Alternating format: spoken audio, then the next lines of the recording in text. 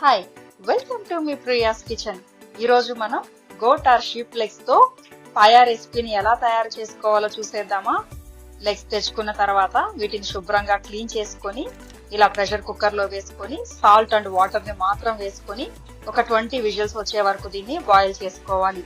Natural గా దీంట్లో నుంచి రిలీజ్ అయ్యే ఆయిల్స్ అన్ని కూడా ఇలా బాగా బాయిల్ అయిందంటే అన్ని బయటకు వచ్చేసి మనకు చూడడానికి కూడా చాలా బాగుంటుంది.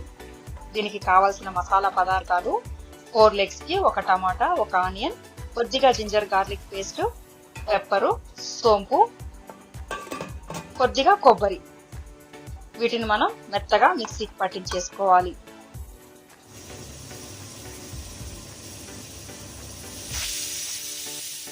చూడండి, ఇలా మన ఇంగ్రీడియంట్స్ అన్ని మనం మిక్సీలో వేసుకొని పేస్ట్ చేసేసుకుందాం. ఇలా స్మూత్ గా పేస్ట్ అయిన తర్వాత మనం ఇలా చూడండి, మనకు ఆయిల్ అంతా ఇందాక మనం ఏం ఒక డ్రాప్ కూడా వేయలేదు కదా, ఎంత బాగా కుక్ అయిందో చూడండి. ఇది సాఫ్ట్ గా ఇలా మనకు బోన్స్ నుంచి ఆ స్కిన్ అంతా వచ్చేసేలాగా బాయిల్ చేసుకోవాలి దీన్ని.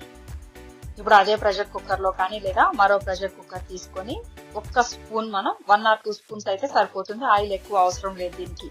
ఇందాక పేస్ట్ చేసుకున్న మసాలాని వేసేసి పచ్చి వాసన పోయే వరకు మగ్గిచ్చేసుకోవాలి. ఇది ఎవరికైనా సరే, చిన్నపిల్లల నుంచి పెద్దవాళ్ళ వరకు బోన్ హెల్త్ కానీ ఆర్థరైటిస్, నీ అండ్ జాయింట్ పెయిన్స్ ఉన్న వాళ్ళకి చాలా మంచి ఆప్షన్ ఇది. వీక్లీ 1 or 2 దీన్ని తీసుకుంటే చాలా హెల్తీగా ఉంటుంది.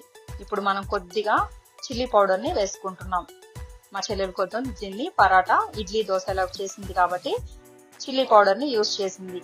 లేదా సూప్ గా తీసుకోవాలనుకుంటే చిల్లీ పౌడర్ ని స్కిప్ చేసేసి కొద్దిగా పెప్పర్ ని వేసుకుంటే సరిపోతుంది. చాలా చాలా యమ్మీ అండ్ టేస్టీగా ఉంది ఇది. ఇటు పరాటా, ఇడ్లీ అండ్ దోశ చాలా చాలా సూపర్ గా సర్వ్ చేసింది. ఇది స్కిన్ కొలాజన్ కూడా చాలా బాగా పనిచేస్తుంది కాబట్టి దీన్ని ఎవరైనా సరే తీసుకోవచ్చు. మనం వాటర్ ని తగినంత అడ్జస్ట్ చేసుకొని కొద్దిగా సాల్ట్ ఏమైనా తక్కువైనా సరే ఈ స్టేజ్ లో మనం వేసుకొని కుక్కర్ పెట్టుకున్నామంటే అన్ని బాగా పట్టి టేస్టీగా సూప్ బాగుంటుంది. మనకు 3 to 5 విజిల్స్ మనం ఇలా బాయిల్ చేసుకున్నామంటే ఫ్లేవర్స్ అన్ని బాగుంటాయి. చూడండి, మనకు దీన్ని సూప్ లా అయినా తీసుకోవచ్చు, ఎందుకంటే కారం తక్కువ వేసుకున్నాం కాబట్టి.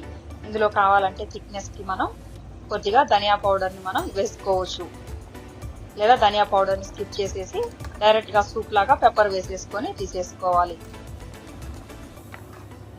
చాలా చాలా యమ్మీగా మేమైతే దీన్ని చాలా బాగా ఎంజాయ్ చేసాం ఇడ్లీ, దోశ విత్ పరాటా తోటి. Thank you for watching Me Priya's Kitchen. Like, share, subscribe for more recipes.